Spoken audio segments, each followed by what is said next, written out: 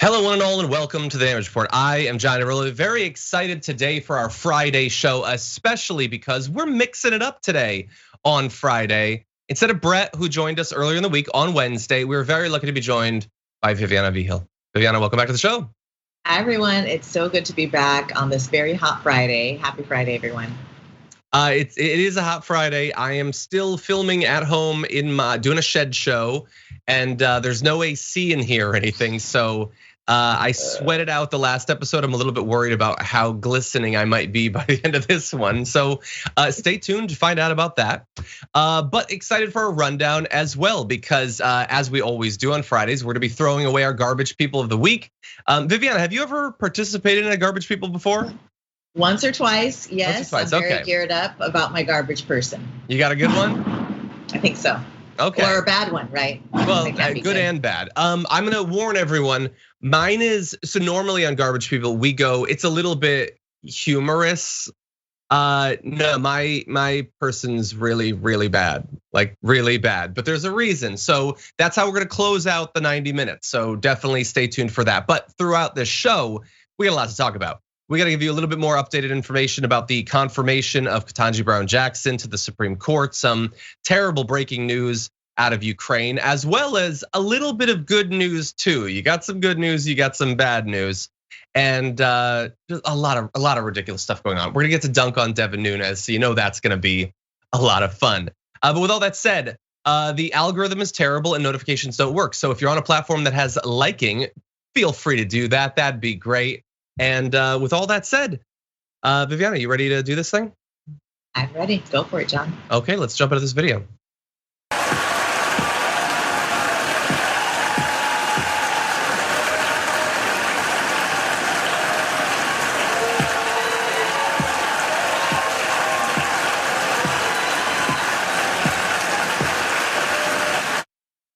Now that video, of course, shows two things, two very different things. It shows people clapping for Ketanji Brown Jackson, who had just been voted to be confirmed to the Supreme Court, the first black woman ever in history to do that. At the same time, though, it reminds us of why it took until 2022 for that historic mark to finally be met. Because while they were clapping, others, the distinguished senators on the Republican side, were storming out in a huff. They were so angry, so frustrated by the fact that they weren't able to block Ketanji Brown Jackson from getting onto the court that they decided, we're not gonna take this. We're just gonna walk out, Viviana. And it is so pathetic, so petty. They already made a mockery of the process. They already smeared her in a million unfair conspiratorial ways. And that wasn't enough for them. They had to storm out like little kids. Guess what? They didn't do it. You could try to smear, you could try to, it didn't work. She's in, guys, sorry. And you know what? I'm not surprised at their behavior. It's very common for, in this country, we've seen particularly white men in power or any, white men in general be extremely difficult to black women in their own home, in their business, spit on the floor, do kinds of things just to intentionally say, I don't care about you. This was their way of doing that. Yeah, exactly. It's petty, it's pathetic. And we already know, by the way, we covered earlier in the week, polls showing that people don't like this. All the ridiculous, bombastic claims, though people were not a fan. Like, sure, some of the most deplorable people in the country love it because they see someone like Ketanji Brown Jackson and they know everything they need to know at first glance. But most people don't like this. But I want to be clear though, when I say that it's petty, I don't just mean that some walked out like you saw there, because those people that walked out, they at least showed up. Some were even pettier than that. And so I'm gonna turn to John Harwood, who pointed this out on Twitter. Lindsey Graham didn't wear a tie for the occasion of Ketanji Brown Jackson's confirmation to become the first black woman. That meant he wasn't even allowed in the Senate floor and voted no from the cloakroom. And then, if that isn't bad enough, Harwood points out, all the more remarkable for the fact that Graham was wearing a tie at a press conference earlier in the day. He took it off. And I don't know why, but in my mind, all I could do was zoom in on the last part. He took it off, he took it off, he took it off. Yeah. He was dressed in senatorial attire. It goes right what I was saying.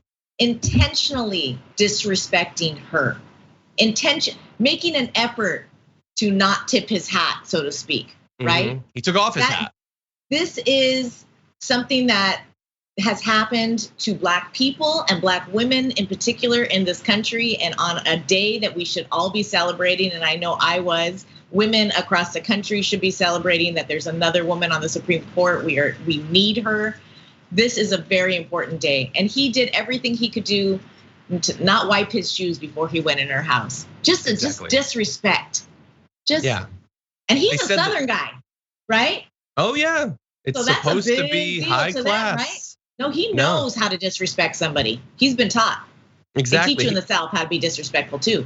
Yep, he knows how to dress for specific occasions. You wear like a seersucker suit during a certain month. No, he knows all that stuff, and he decided to be a sucker. Actually, in this case, leaning in out of the cloakroom to vote no, like you're Kirsten Sinema.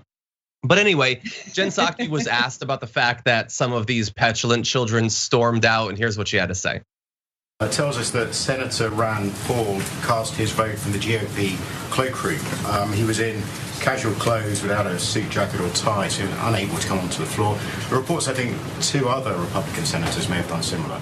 Is that an appropriate way to vote on a historic occasion like this? I will tell you, I'm not spending a lot of time, nor is the president, thinking about the dress code of Rand Paul today. We're thinking about the historic confirmation of an eminently qualified Black woman to serve on the Supreme Court. Not really worried about his khakis. That's pretty funny. I think we can do both though. It is historic and it is awesome.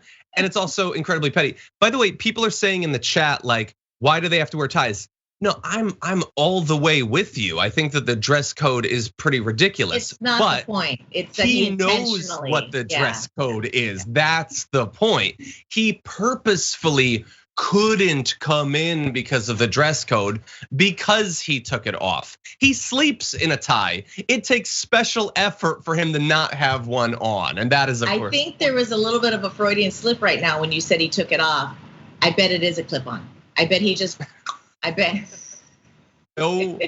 No shade to people who have to use clip-ons. You know, it's been a long time since I've worn a tie. I don't even know if I for sure could actually tie one. I couldn't do it. I could barely tie a bow. No, it really is just a matter of him making an effort, Rand Paul making an effort, those who didn't applaud, all of that is just, they're gonna be in history doing that. So, that's your legacy. Be proud of it. Exactly, and look, we were lucky enough that the actual vote was confirmed during the last few minutes of TDR yesterday, so I got a little chance to talk about it. But what do you think about the fact that it did actually succeed? They weren't able to stop her. She's gonna be on the court. Yeah, no matter what you guys did and tried, you put so much pressure on her, and here she is standing strong, and we are so proud. We are so happy. This is gonna be a big win for women in the nation. This is going to be a big win for people of color as well. Not that she votes any which way, but simply having another mind there on the court to be able to weigh on different cases is going to give us as a nation more justice, I really feel. And I'm really excited, and I'm really happy that it was almost like in your face. You couldn't do it. You tried. You couldn't do it. They did it with Merrick Garland, but they couldn't do it with her. And so it's very exciting that she's there. I'm just really proud of the fact that we're able to get it done. And Jen Psaki, I mean, what's she supposed to say? You know what I mean? She kind of said it without saying it. You know what I mean? Yeah. The bringing up the khakis says everything that you need to say. Yeah. Like she's gonna throw a little shade at them. Like he's wearing one of them was apparently wearing like a golf shirt. Yeah. You're in the Senate. What are you wearing a golf? Like you gonna tee off in the hallway? What is you had to bring that? They're frat boys, John. They're frat boys. We got to get frat boys out of Washington. I'm done with them. Get out. We don't need you. Exactly.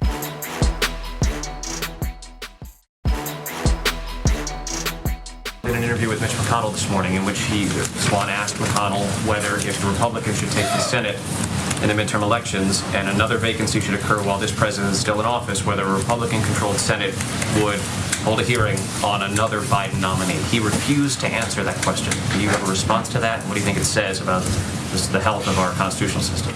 Well, I think given it's a day where, with bipartisan support, we are about to have a new member of the Supreme Court, a historic and eminently qualified member of the Supreme Court, and she did get 3 Republicans supporting her. That is a good sign and something we should take a moment to celebrate. Certainly, we don't anticipate or predict. I have no prediction of an additional opening, but we would certainly expect and call for all members of the Senate to operate as professionally as the president and our team did in this case, which is ensuring that there was advice and consent, that our nominee met with 97 senators. That's obviously a great number from the other party. That is how we would conduct ourselves, and we would expect the same in response.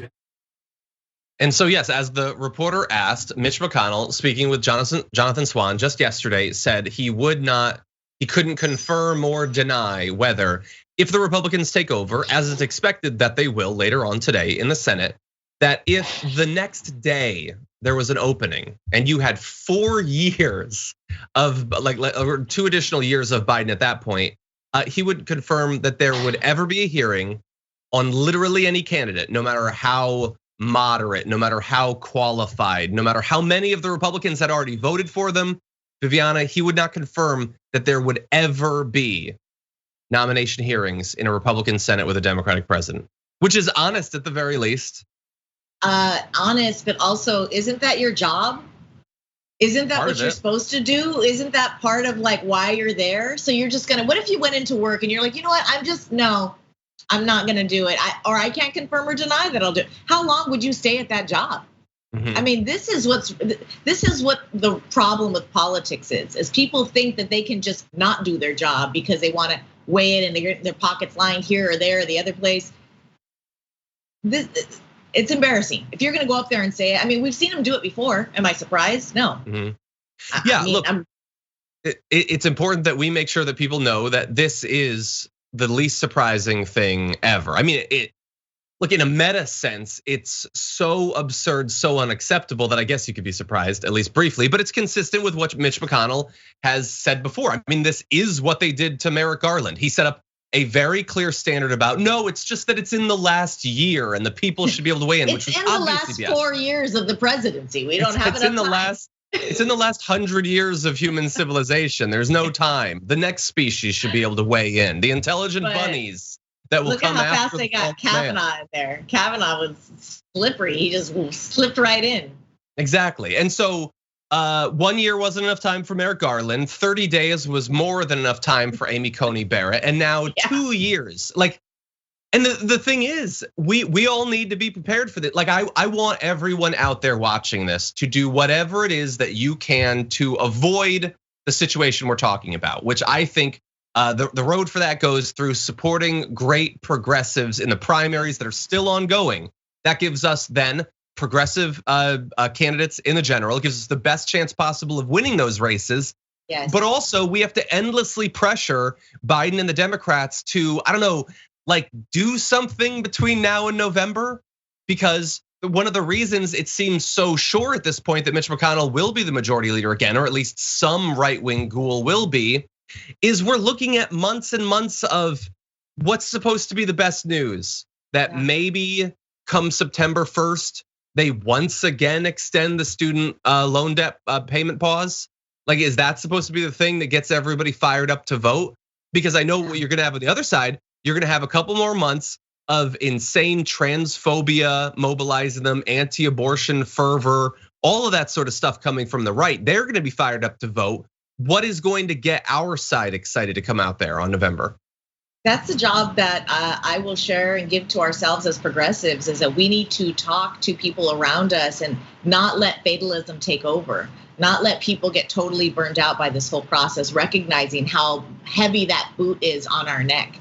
Yeah, it really is. And it gets overwhelming. So I can understand why people disengage and they want to give up. And that is the plan. That's what they're intending for you to do, to just be overwhelmed. So to share with our friends, our family, those that you can share with, how important it is to make the small wins, because those are the ones that win the war at the end of the day. We got to keep the faith.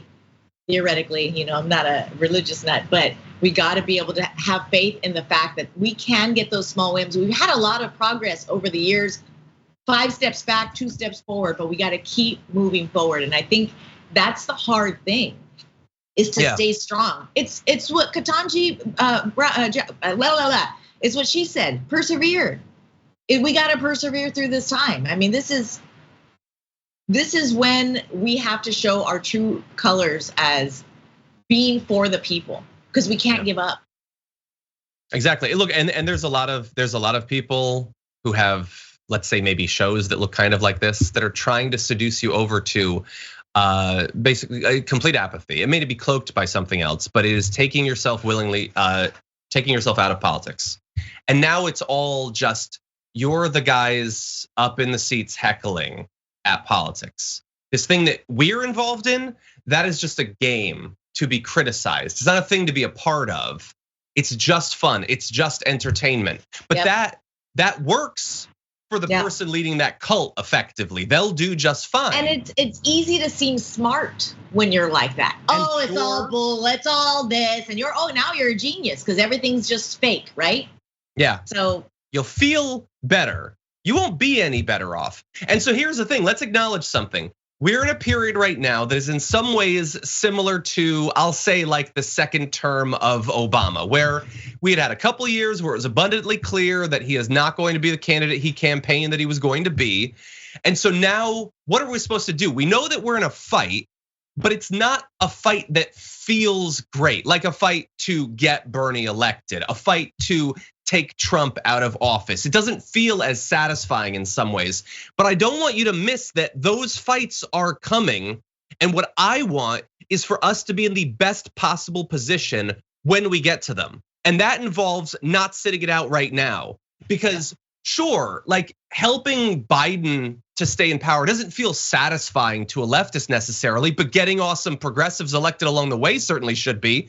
When we're trying to get a progressive elected in 2024, don't you want more elected progressives? Don't you want Jessica Cisneros and Nina Turner out there able to go on MSNBC and talk up the values of progressives and all of that? Yes. We need as much support as possible. And this is when we get it. We do the difficult, dirty, unsatisfying fight right now during this horrible period to give us the best chance possible of success when the big battle comes. And you know, if you've been in this for a few years, how close we've come and how devastating it is when we lose. Now just think about finally getting over that hump.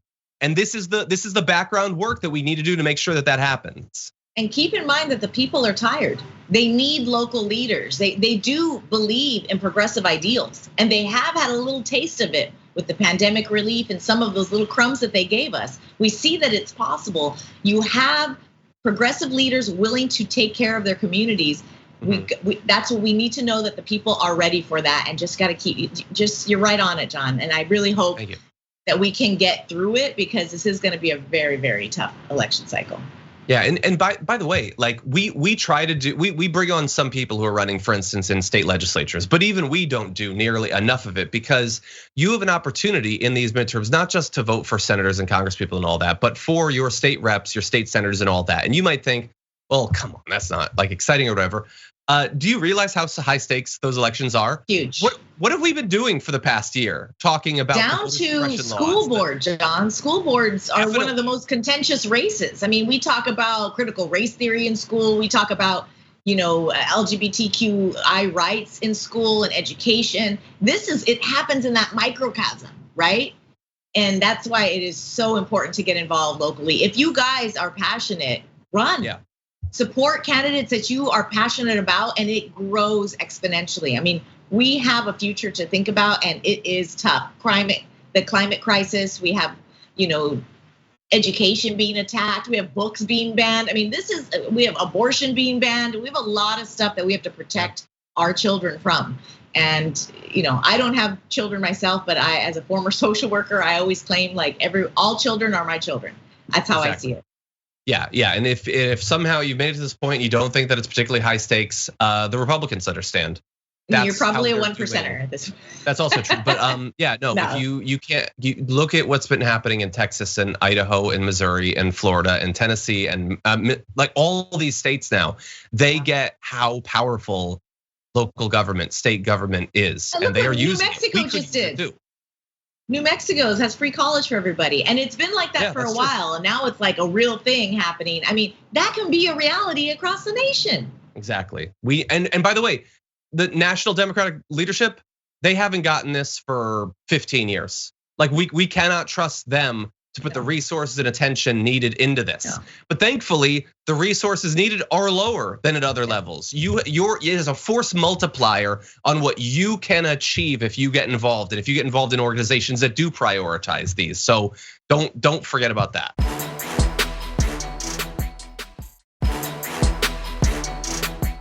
How many troops have you lost? We have significant losses of troops, and it's a huge tragedy for us.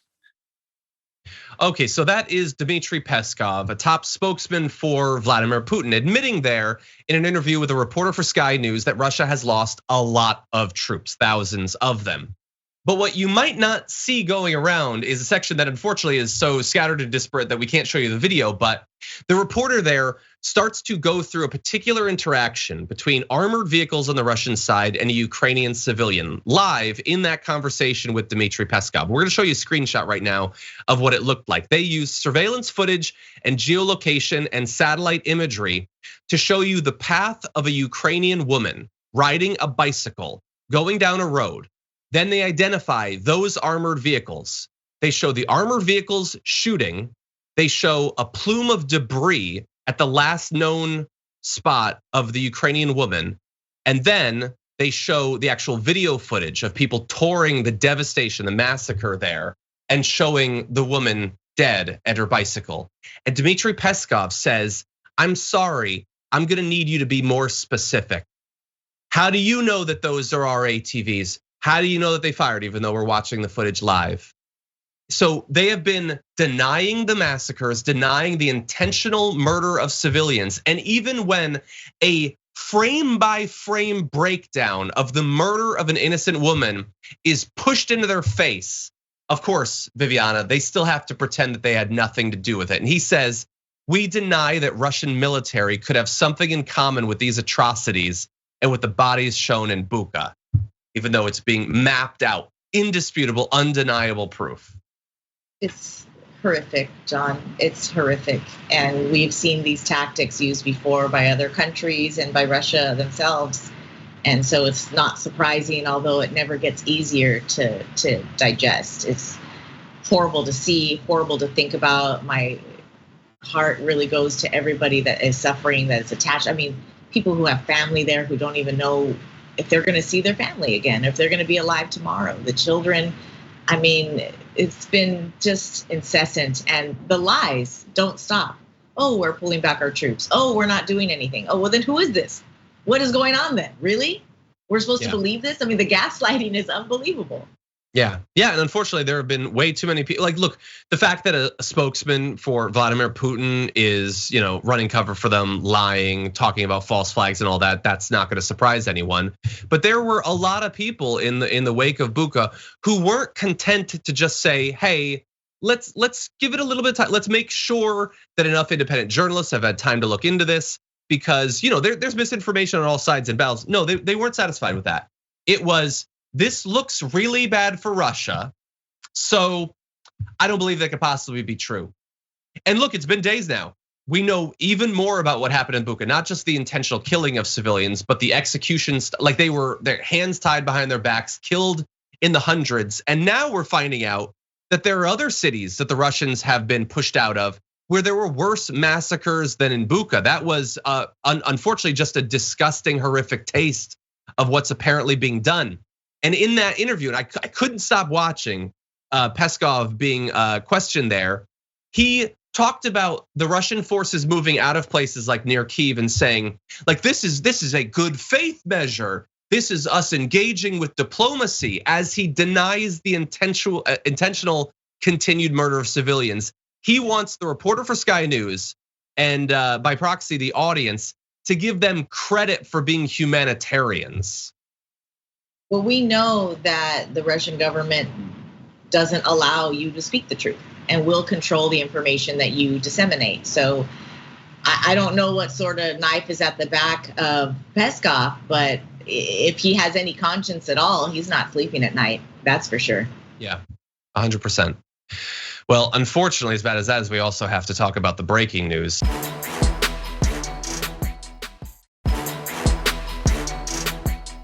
Devastating breaking news out of Ukraine this morning that a missile strike at a crowded train station in the east of Ukraine killed at least 50 people and wounded nearly 100 others. And we're going to show you a spot there so that you can see the city that it happened in. It is in the Far East, close to some of the most like years-long contested areas.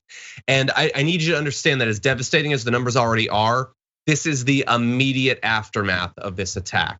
There are many people who are in critical condition being raced to hospitals. Some have already died in hospitals. That number should be considered tragically a low count at this point. God only knows where it's going to go, but we do have a little bit of information about what happened. This wasn't just a random strike. It was a strike seemingly specifically targeting people, civilians who were fleeing the area. Mass accumulations of civilians, easy pickings if that's who you want to kill. So there were platforms at the station that have been jammed for literally days with people trying to get to safer areas in Ukraine, relatively safer, of course, because the strikes happened there too. So there's people in the east trying to flee to the west. And officials said there were about 4,000 people at the railway station at the time of the strike. So they have been waiting hours, sometimes days, hoping to get onto one of these trains. And photos of the aftermath show people, just bodies splayed on the ground, surrounded by scattered luggage and debris. There's a video with a woman screaming, "There are so many corpses, there are children, there are just children."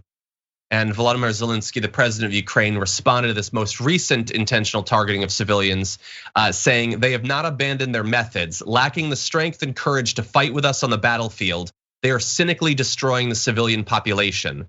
He says this is an evil that has no limits. And of course, the Russian Defense Ministry denied any involvement, calling the accusations a provocation and insinuating that Kyiv was responsible. So this, like every other instance where civilians have died, was just another false flag. Oh, it's all false flags, Viviana. I'm not even convinced that there are any Russians in Ukraine. I think the whole thing was just cooked up by Zelensky. That's what they would have you believe. And we have to be very critical of what we see on social media and what videos and news is being put out, because a lot of misinformation with kernels of truth is being put out. And as progressives, we really hate to see African people being treated poorly in the Ukraine and all this sort of racism that's been highlighted recently. While it is an issue, the spotlight on it is coming from the Russian government. Yeah. Those stories, while they may exist, and I'm sure do because we know racism plagues the planet, are being highlighted to change your view of the Ukrainian people while they're being murdered. Mm-hmm. It's intentional. So we have to always have our wits about us when we're absorbing news and when we're reading things. And we have to remember images that we just saw. We have to know what the truth is and separate out all of those false flags. They're trying to gaslight to a point, and we've seen it work. It's how Trump got in office. It's how the insurrection happened. I mean, the gaslighting works. That's how you got all those guys in khakis walking around with torches. Yeah, it gets in people's heads. And I've heard incel types talking about Ukrainians being dirty, talking about this or that. This is the ugly stuff coming from the extreme right now. Who would have told you were a commie 30, 40 years ago? Yeah. So it is happening in real time, right? We have to really look at this kind of stuff and call it out for what it is. It's lies, it's gaslighting, it's crimes against humanity. Yeah, no, exactly. And you're right, we have to be very extremely vigilant, constantly vigilant against misinformation, especially because sometimes like the stuff that's being put in front of our faces is so difficult to accept that it could be real. And I'm gonna give you an example. So this is from, I think I got this from the Washington Post. There was a missile in Kremeratsk, so that's where this missile strike happened. So this one was found close to the railway station. And it has in Russian the words "for the children" on it. So it seems impossible to think that how could that not be made up? Because how could you be so callous that you would do that on a missile that was intended to kill innocent civilians, women and children. Now, there's been many things like this, and I haven't seen any where it turns out that, no, yeah, it was just Zelensky actually. We've done it. The US has done it, John. Exactly, we did it during Vietnam. Yeah, we did Vietnam. We did it during bombing Japan, naming nuclear weapons, fat boy. I mean, that's true. Yeah. Disgusting behavior that happens in that military mind where they've been brainwashed to think that that's okay. Yeah. It's just, so is it real? Unthinkable. Absolutely. It's unthinkable, and we don't belong to those sort of worlds where they brainwash you for so much, and I don't even know what those soldiers have to go through. But somehow they think that that's okay, and it's not surprising. It's horrible. It's just disgusting.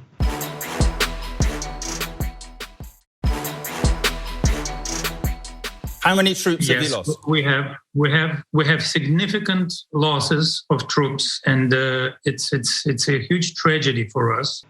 Well, let's turn now to some other updates on what's going on in Ukraine. In the clip, you see Dmitry Peskov, the spokesperson for Putin, admitting, finally, from him at least, that Russia's experiencing massive losses. What's interesting is that that's where he draws the line. It's not a signal that the invasion was a terrible idea or that it should end. When he was asked by the reporter at Sky News whether Russia is experiencing humiliation considering the loss of troops and generals and equipment and all that, Peskov pushed back saying, no, it's a wrong understanding of what's going on. Okay, so they're losing way more soldiers than they thought they would, but this isn't a sign that this shouldn't have happened or anything. Well, take a look at this interesting update. This is according to the Daily Beast. Russian forces that unsuccessfully tried to take Kyiv were so confident that they would win, they brought along outfits to hold a parade in the capital, but they wound up dumping their fancy parade attire when they were forced to retreat. We have this statement saying, for today, we can say that those plans were disrupted and this is a member of the military in Ukraine. And those plans were disrupted by the heroic efforts of Ukrainian armed forces and other defense units of Kyiv. He went on to warn, however, that the capital city still wasn't in the clear, as it's likely the enemy has not given up the goal of a second attack on Kyiv. There is such a threat. So think about the confidence you have to have that you not only think you're gonna take it and just in a few days, and I get why they thought that, most people did, I thought that they would in a few days, but that you take along marching attire so that you can then have a propaganda parade through the sacked capital of a country you invaded. That's amazing hubris there. I'm torn into believing whether or not Putin thought they would in fact have success to that level, or if he marched them to their deaths and propagandized them to think that they would have success, knowing that they were going to suffer a lot of losses and will continue. He doesn't care about sending his own soldiers to their death. It doesn't faze him at all. That's their job. Yeah, and whether on the planning side it was true, he definitely doesn't seem to care right now. And that's consistent with the military leadership of Russia for a long time, obviously. But yeah, they're leaving behind supplies, they're leaving behind vehicles, and now what's gonna happen is enough Ukrainians are gonna leave that then they'll continue to bombard, and eventually it might take hold because people have to leave. Well, we know millions already have. But in additional updates, Slovakia has now confirmed that they've transferred a Soviet-era air defense system to Ukraine. This is an S-300 missile defense system, which, considering the ability of Russia to this point, not only to fly fairly freely over Ukraine, but also do missile strikes, and not just in the more neighboring part, the eastern part of Ukraine, but missile strikes in the far west of Ukraine as well. A system like this could be very helpful. There's reason to believe the US was involved in a little bit of the negotiations around this, but it had been expected. This is one of the things that Zelensky wanted. I mean, he wants jets, he wants a no-fly zone, but this is one way that you sort of establish that domestically at least. And in addition to this, the S-300, Ukraine has also apparently received tanks and infantry fighting vehicles from the Czech Republic. And God only knows what'll end up happening, but right now at least, even if it's just a morale booster, some of the Ukrainian military leadership are saying that this is going to be like some of the big battles in World War II. They are going to be accumulating thousands of tanks to provide basically like an iron wall to stop a renewed effort to come at Kyiv. So we don't know week to week how this is going to develop. It has been an obviously wild and at most times incredibly tragic ride from the very beginning, but they are receiving aid. There was additional US aid in the form of Javelin anti-armor systems just earlier this week. So they've held out longer than anyone thought they could, Viviana, and that's a little bit of good news amongst all the bad. I wonder what's happening behind closed doors right now in regards to negotiations between the US and Russia. Because aid is one thing, but there's going to be a lot of dealing going on to try to just control this. And I don't know what sort of concessions we're going to have to make, but that's to be seen. Yeah, well, okay. With that, we're going to move on to a quick little update on something. Let's jump into this video. The last one on this. Now that the Texas governor is saying that he's going to start busing border crossers to Washington, D.C., when they get here, are you guys going to help them find a place to stay and something for them to do? Well, I'm not aware of what authority the governor would be doing that under. I think it's pretty clear this is a publicity stunt. His own office admits that a migrant would need to voluntarily be transported, and then he can't compel them to because, again, enforcement of our country's immigration laws lies with the federal government, not a state. Washington, D.C.? Well, listen, I don't know, but I know that the governor of Texas or any state does not have the legal authority to compel anyone to get on a bus. So look, that's obviously a good response from Jen Psaki in a question that was framed very pro-Abbott. But if you haven't been following, you might not know, what is this about? What are you talking about? You're gonna be loading migrants on buses, transporting them across the country, and just dropping them in DC? No, that is exactly what the governor of Texas is planning to do. In case you missed it, here is a little bit on that.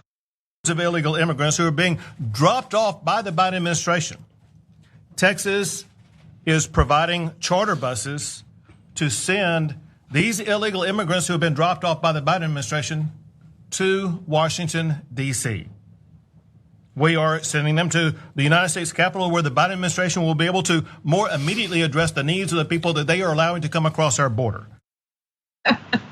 Okay, so that's the entire thing is absurd and racist. It makes a mockery of our politics. It treats human beings as literal pawns, effectively playing pieces in a game. This is as dehumanizing a proposed ridiculous policy as I think I've ever heard. But notice, Viviana, that even while he's doing this radical thing that like we couldn't have conceived of someone being heartless enough to do this 10 years ago, even he has to pretend that this is empathy. I'm doing this so they can get the help they need. Getting them services. Yeah, he is too scared to be honest about how heartless and cruel this policy is designed to be. Oh, he does not care about these people. This is absolutely a publicity stunt. He's stuck in 1991 with that jargon of illegal immigrants. Let's get with the program, Abbott. You know, this is not something that's new. This is the jargon that these types of people have been using. Put them on a bus, ship them out, ship them back, fly them back, go back to where you came from. This is a political theater of go back where you came from. Yeah. We're gonna ship them up and put them right there. Okay, keep it real, Texas. There are people like, and even the question, I don't know who asked the question. Maybe they're a good person, but so now that it's gonna happen, are you gonna give them housing, give them something to do? It's something to do. No. They're human. No, but they're willing to give 10,000. How much is it if you report somebody who's thinking about getting an abortion? They'll pay that money. That's no problem. But educate a child, no, screw you. Exactly. Screw you, but use protection. Don't get pregnant. Exactly. They're not coming over here to be given a hobby. They're coming here to escape a situation that most Americans, thankfully, are at least lucky enough, considering all that we've dealt with, that they couldn't even imagine how difficult it is. The things that these people have experienced that led them to leave, and the things they've experienced along the way. The lie is that we cannot have the society that we have and share it with these people. That's the lie. Mm-hmm. The lie is that these people will make it so that us Americans that have it so good are not gonna have it so good anymore. That's the lie. The truth is we have been built on the backs of immigrants in this country. We ourselves are the fruits of their labor, and our country continues to thrive when we allow immigrants to live here legally and to work and build businesses. That is the truth. Yeah. Now, this nonsense that Abbott's doing, he's a joke. He's a complete 100%. Joke. Unfortunately, right now the joke is on us. Get out there and vote in these primaries. This is why the local stuff is real important. It is 100%. Okay, we got to go to our second break. When we come back, though, we want you to vote. Some want it to be a little bit harder. We're gonna break that down after this.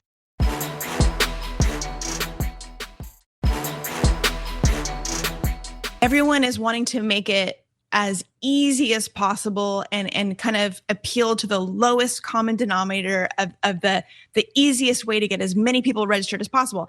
I see it the exact opposite. I want to make it hard. I want it to be something that people have to choose and re-choose and have to prove that they're a citizen and all that. So I would love, and again, I know this is controversial. Some people like it, some people hate it, but I think we should clean the slate completely and have people have to re-register, say, every 8 years or maybe even every 12 years, a privilege to vote, and I want you to have to actually have to work to sign up, not have it be that there's this auto enroll and every single person is getting a ballot and all that. I don't like any of that. I also don't like any of that, whatever that was. Unfortunately, that's Rachel Hamm, who is not just some rando. She is a rando, but she's a rando who's running for Secretary of State here in California, actually, wants to be my Secretary of State. And if what she says about voter registration and all of that doesn't scare you enough, wait until you find out why she decided to run. She said she ran as a Republican because she claims Jesus appeared in her closet and told her to do so. Hamm said she began her campaign because she, quote, would rather be dead than live in a communist country. How about neither? Does it have to be one of the two? Are you mispronouncing Jesus? Was it her friend Jesus, like a guy she knows named Maybe Jesus? There was a Jesus in the closet. I don't know. But yeah, she thinks it's because Jesus showed up and she doesn't want it to be easy to vote. But she also has some other thoughts about the voting process. Take a look at a little bit more of Rachel Hamm. The education part of it is so important because we do want people who are actually looking into what they're voting on, the people that they're voting on, the legislation. They really need to be educated. And when we do the system that we're doing now, it causes people who are not educated on what's going on and they don't even maybe care enough to look into it, and then they're voting on things. Wasn't it Trump that once yelled that he loved the poorly educated? Yeah. No. She's got you are not smart enough. All of you watching this, you're a bunch of big dumb donkeys. You're not qualified to vote. You need to listen to the Jesus closet woman. She's done the research on Jesus and closets and then integrated it as the best academia does. Viviana, what do you think? She could be your Secretary of State. I don't know if I could say it better than you just did right now, John. That is hilarious. I mean, she's a ham, all right, for the camera. Mm-hmm. That's what she is. She's out there trying. Do you really think this, lady? I want to make it hard. I want to make it tougher than the DMV. Yep. Really? This lady is off. And there are a lot of people out there that, this kind of okay, sorry. This kind of stuff, shiitake mushrooms, has happened before. They have even put limits on for education about having babies. You shouldn't be able to you shouldn't be able to have babies unless you're educated. They've tried to do this numerous times. It's against the Constitution, Rachel. You want to get into politics? You want to be the Secretary of State? Why don't you first educate yourself and learn the laws? How about that? Then you can maybe start thinking of ideas for your constituents and about them and how uneducated they are because you haven't even read the Constitution. So come back to us once you read that, okay? If you can read, we don't know yet. Yeah, it ain't even that long, honestly. If you can't read the Constitution, you're not getting through legislation anyway. So look, hopefully she's running as a Republican. She doesn't have a great chance of getting through. But as a Republican, I'm shocked.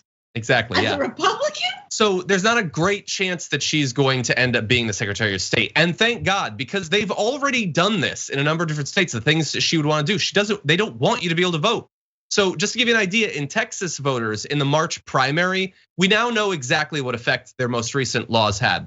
The votes of more than 24,000 Texans who tried to cast ballots by mail were thrown out. That is 12.4% of all of the mail-in ballots. We're just not counted. So if you try to participate, you try to have your voice be heard, I guess you weren't educated enough or something, so they threw it out. And that's as a result of Senate Bill 1. 1 in 8 of every mail-in, they love it. They don't mind it at all. Don't let it happen in more states. We got to fight back against it. It's not going to happen here, John. It just can't. It's just that. This is unpopular. I mean, this is controversial. I only want people on my block, on the left side of the block, to vote. It's controversial. Some people love it. Some people hate it. I think if you're not left, you're not educated. Personally, I don't actually think that. Anyway, I want to end the hour with a little bit of fun. So let's jump into this video. What is your reaction to Elon Musk taking a 9% stake in one of your competitors, certainly, Twitter? Well, I think it's very interesting because, the goal that President Trump has and what I have in our team here at Truth Social is to open the internet back up so that the American people can get their voice back. So it's clear that Twitter is kind of a ghost town. They desperately need Elon Musk to be there. So, it's probably something that Elon wants to do. I think he probably believes in free speech like we do. But at the same time, there's not very much activity over at Twitter right now, especially when you compare it to sites like ours, where we're just in our beginning stages as we continue to test and bring people on day by day. Our interactions are already beating Twitter. And so Elon's going to have a lot of work to do there. Okay, they're already better. Our results show that was not the case, actually. They're not beating Twitter. And oh God, the projection is so good, you don't even understand yet. Because not only did he say that they're beating them, he said that Twitter is a ghost story, and you don't yet know how much of a reveal that was on the nervousness he has about his job. Why did he use the term it's a ghost town? That's so specific, because very recently on Business Insider, there was an article. I spent a week on Trump's new social media app, Truth Social. I felt like I was exploring a ghost town. That's by Rosie Bradbury. He's just revealing that he read the article and he knows that nobody's using his dumb service. Oh God. What a way to promote a platform called Truth Social, then with a lie. Yeah, by a lie and being so fundamentally antisocial. It's right on brand. Exactly. Look, limited credit to Devin Nunes that he was able to pause in his continual running away from virtual cows to stop and do that interview, but that's the only credit that he gets. In terms of honesty, none. Daily active users are around 513,000, which sounds pretty good, right? Half of those are tumbleweeds. Well, that's true too, but Twitter's is 217 million. Also, by the way, it had been Truth Social initially the #1 download on Apple's US App Store. It's now 173. That's horrible and understandable because it still takes Candy Crush weeks. Is still beating it. What's that? Candy Crush? Candy Crush has still got him beat. And a couple of spinoffs as well. Cut the Rope. Farmville. I think Farmville might have him beat still. Throwbacks. Yes, exactly. Anyway, it's so embarrassing. And look, I get it. He's running scared. He knows that people don't want to use it. And by people, I don't just mean regular conservatives. Donald Trump doesn't want to use it. The Trump boys had to be paid to use it. Nobody's actually using it. They want it because it's a ghost town. They want to be where the people are, like Ariel. And that is, unfortunately, for better or worse, that's places like Twitter at this point. You can keep trying, but that doesn't mean it's going to be a success. Yeah, Trump won't use anything that isn't the best. And sorry, it's not going to be the best for you. Yeah, and it's self-defeating because whether Trump showed up or like Fox News doesn't have an account on it, like how pathetic is that?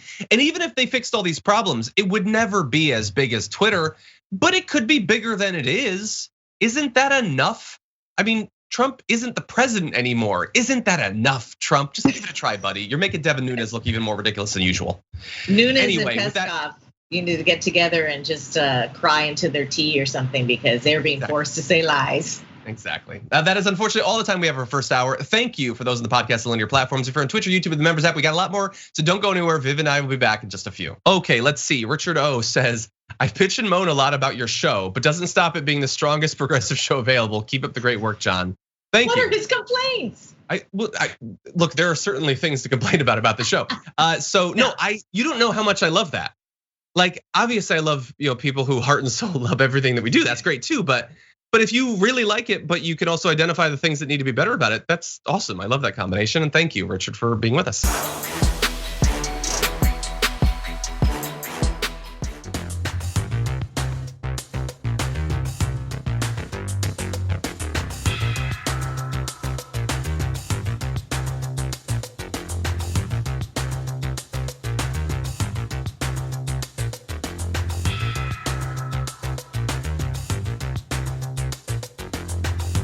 Thanks for listening to the full episode of The Damage Report. Support our work, listen ad-free, access members-only bonus content, and more by subscribing to Apple Podcasts at apple.co/TYT. I'm your host, Johnny DeRolla. I'll see you soon.